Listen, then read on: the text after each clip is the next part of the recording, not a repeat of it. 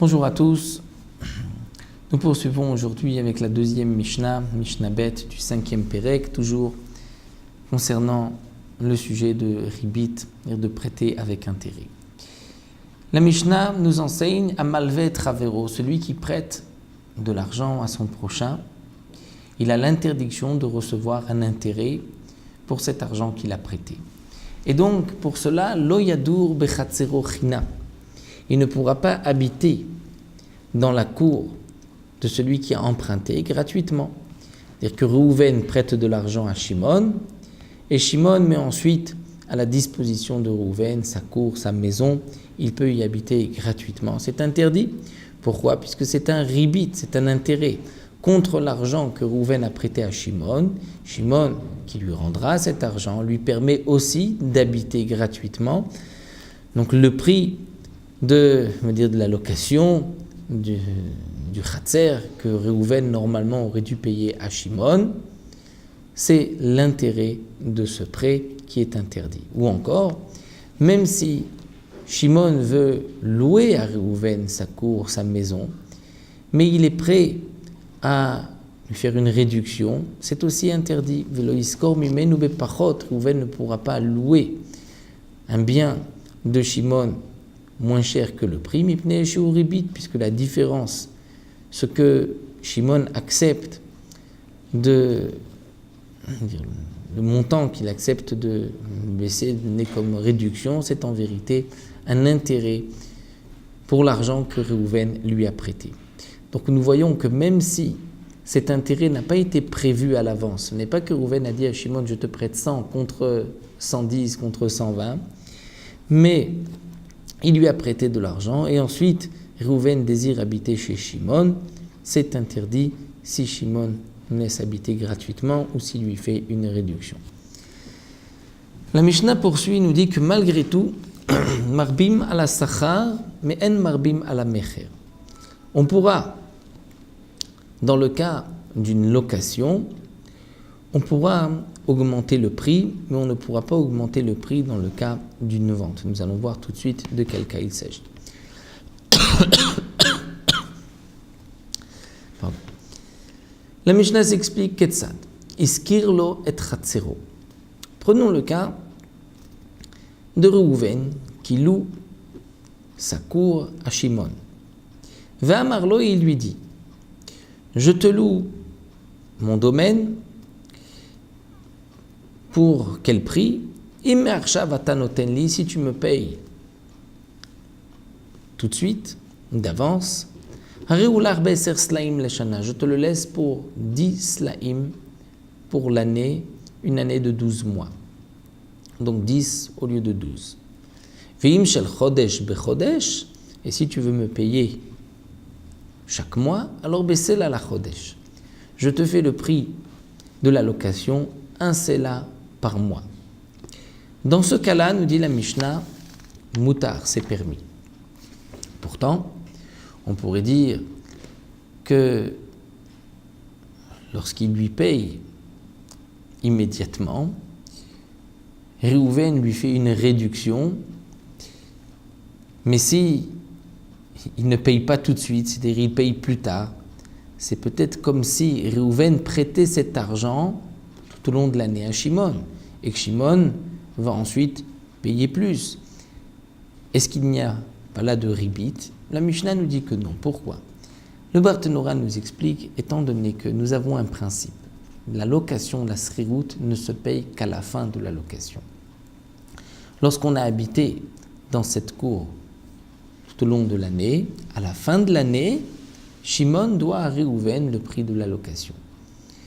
Donc puisque Shimon ne doit pas tout de suite l'argent à Reuven, il ne lui doit qu'à la fin de l'année.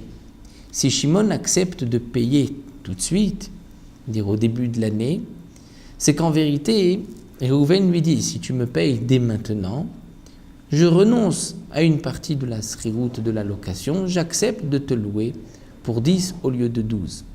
Mais si Shimon va payer au fur et à mesure en échéance tous les mois, Donc ça, c'est le prix normal, un séla par mois, et il n'y a pas de ribit, puisque Shimon ne se devait pas de payer immédiatement, c'est-à-dire tout de suite au début de l'année, le prix de la location.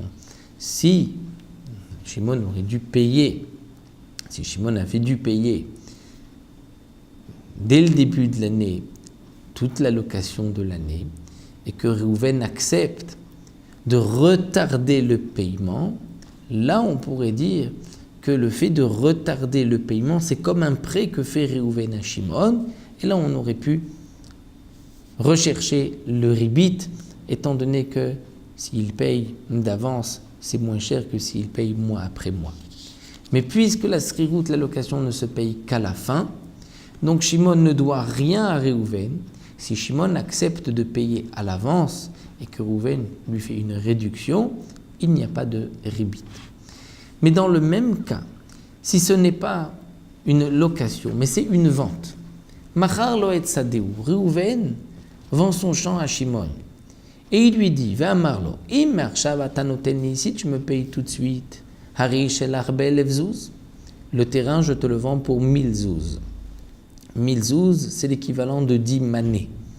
Im la goren, si tu ne veux pas payer tout de suite, tu veux payer lorsque tu vas récolter ton blé dans la grange, alors bishne masar mané, là tu me payeras 12 manées. Là c'est interdit, c'est assourd. Pourquoi? Parce que lorsqu'on achète un terrain, on doit payer le prix du terrain immédiatement. Donc le prix du terrain, c'est en vérité, puisque Réhouven dit à Shimon, si tu acceptes de payer tout de suite, le terrain vaut 1000 zouz, c'est-à-dire 10 manées. Donc le prix du terrain, c'est 1000 zouz, c'est 10 manées. Et lorsque Réhouven lui dit, mais si tu me payes plus tard les goren, donc c'est 12 manées, c'est que Réhouven, d'une certaine manière, dit à Shimon, tu sais, je te prête cet argent. Tu dois me donner cet argent tout de suite. Mais tu ne veux pas me donner tout de suite, tu veux me garder l'argent. Donc c'est comme si je te prête cet argent, mais à ce moment-là, tu ne me payeras pas 1000, tu me payeras 1200, c'est-à-dire 12 manées. Donc les 200 sont ribit, et là c'est interdit, c'est assourd. Donc la Mishnah fait une différence entre une vente et une location, étant donné que la location normalement doit se payer qu'à la fin, donc il n'y a pas de ribit, même si lorsque Shimon paye tout de suite, il a une réduction, on ne considère pas que le prix, c'est ce qu'il donne à l'avance, et les échéances, c'est là le ribit. On considère qu'au contraire, le véritable prix, c'est le prix de 1 séla par mois, et donc 12 pour l'année.